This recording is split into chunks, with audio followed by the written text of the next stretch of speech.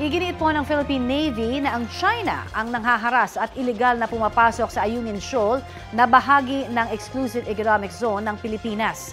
Nakuhanan po ng video ng AFP kung papaano inagaw at itinapon ng mga Chinese ang mga in-airdrop na pagkain at iba pang supply sa BRP Sierra Madre.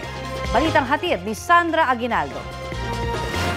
Naku, yung pala ilabangan nila. Naku. Wala. Lapitan nyo kagad Kinuha nila yung para drop. Dalawang rubber boat ng Pilipinas na nakikipaghabulan sa dalawang mas malaking rigid-hulled inflatable boat ng China.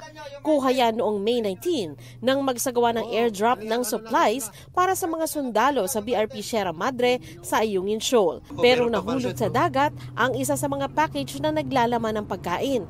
Kaya nagulat na lang ang ating mga sundalo nang agawin ng mga Chino ang nahulog na food supply.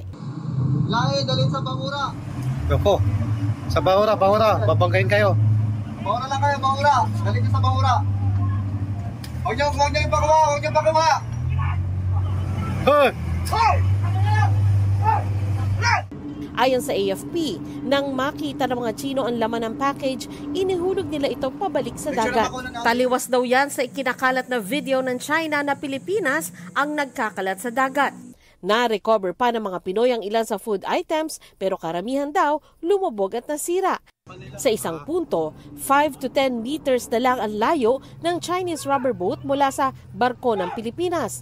The PLA agents have no authority to be within our exclusive economic zone. They should not be there. They have no right. They were trespassing into our exclusive economic zone. Secondly, they interfered in a legal operational resupply mission.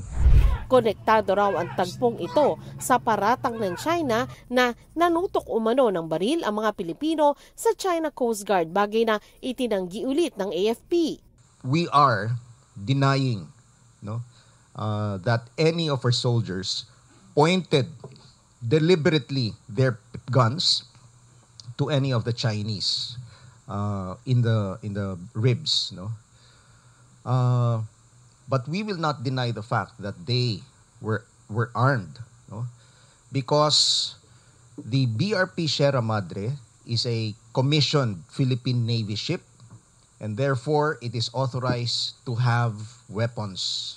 Linabas lang nila just to get ready in case something happens, na dahil napakalapit na konti na lang, seconds lang. They only have seconds to react if something happens. So, ilang beses nang pinalagan ng China ang pagkakasadsad ng BRP Sierra Madre sa Ayungin Shoal. Gayon din ang sinasabi nilang pagpapadala ng construction materials sa barko. Ngayon, sabi ng China, Pilipinas umano ang paulit-ulit na nangihimasok at nanguudyok ng gulo. We were doing a peaceful resupply mission, and here they are trying to intervene. In fact, they even confiscated one of our supply packages.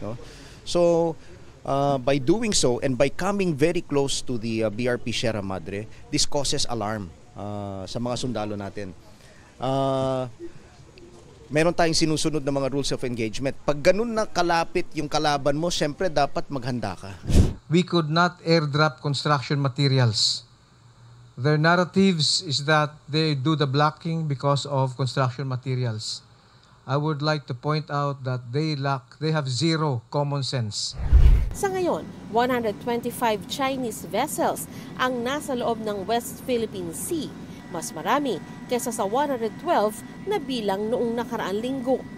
Sa Sabina Shoal na mas malapit pa sa mainland Palawan kaysa sa Ayungin Shoal, inulat din ng AFP na nagsagawa ang People's Liberation Army ng China ng military exercise. The conduct of an exercise is unauthorized under UNCLOS. It's not allowed. Sandra Aguinaldo, nagbabalita para sa GMA Integrated News. Kapuso, para sa mga maiinit na balita, mag-subscribe sa GMA Integrated News sa YouTube. Sa mga kapuso naman abroad, subaybayan nyo kami sa GMA Pinoy TV at sa www.gmanews.tv.